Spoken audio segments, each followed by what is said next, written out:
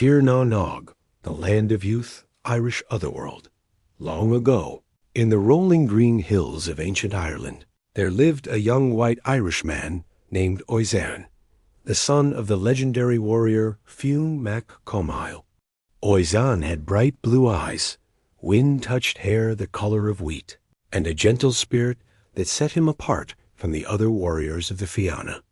Though he was brave and skilled, he carried a poet's heart, always listening to the wind, the rivers, and the quiet stories hidden in the land. One morning, as the Fianna hunted near the shores of a shimmering lake, a strange stillness settled over the land. The birds paused their songs, the breeze softened, and from the mist emerged a magnificent white horse, its mane flowing like silk. Riding upon it was a woman unlike any Oisean had ever seen. She was a white Irish woman, with long golden hair that glowed like sunlight on water, and eyes as green as the deepest forest. Her presence felt both gentle and powerful, as though she carried the weight of ancient magic. The Fianna stepped back in awe. Oisean felt his heart stir. The woman smiled softly. "I am Niamh Chin Oir, Niamh of the golden hair. I come from Tir na Nog, the land of youth." Her voice was like a harp's whisper. Fionn bowed respectfully. "What brings you to our world, fair lady?" Niamh's gaze rested on Oisean.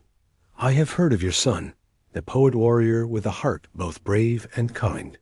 I have come to ask him to journey with me to Tir na Nog." The Fianna murmured in surprise. Oisean stepped forward, captivated by her presence. "What is this land you speak of?" he asked. Niamh extended her hand. "A place where sorrow cannot follow.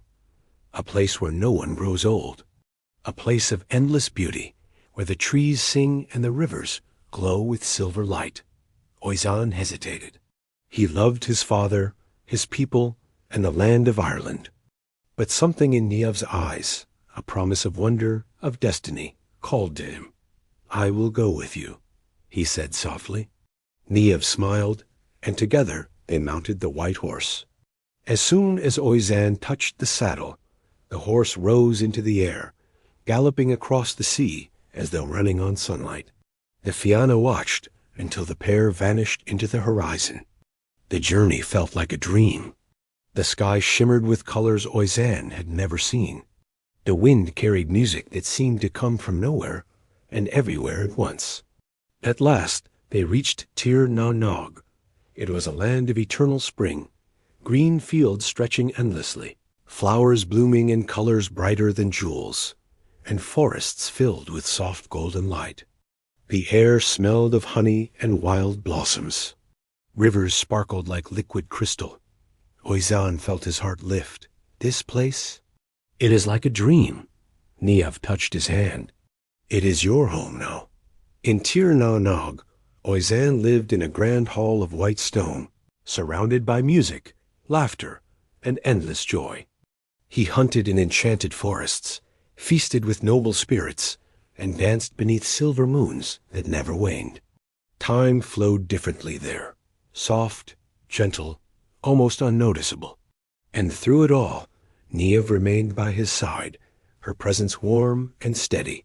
But after what felt like only a few months, Oisean began to feel a quiet ache in his heart.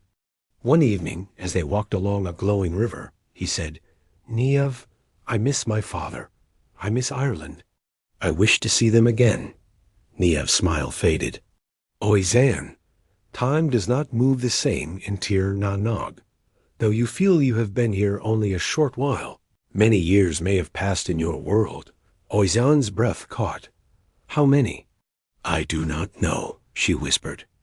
"But if you return, you must not touch the ground of Ireland. If you do, the years will fall upon you all at once."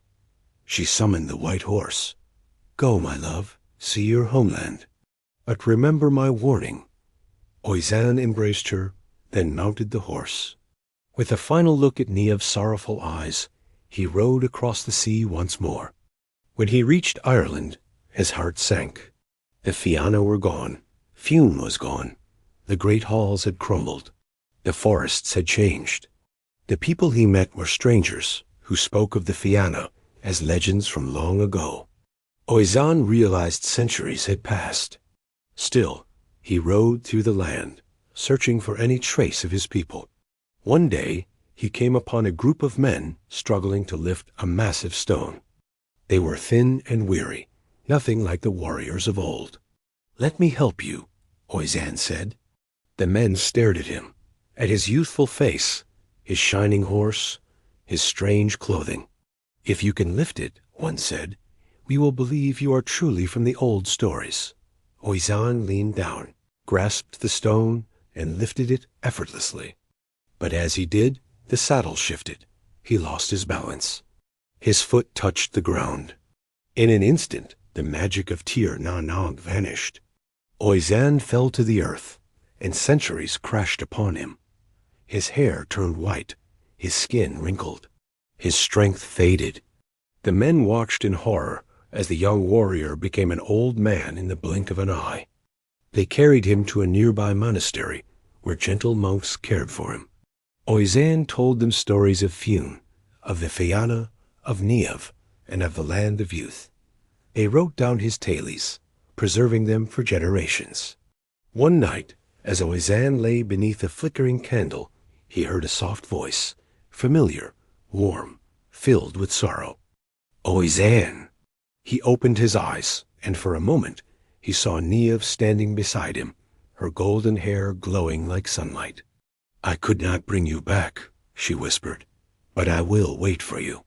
Beyond the veil, Oizan smiled weakly. "I never stopped loving you." And with that, he closed his eyes, drifting into a peace as gentle as the mists of Tir Na Nog. If you enjoyed this journey, kindly like and subscribe to help us grow. Take care.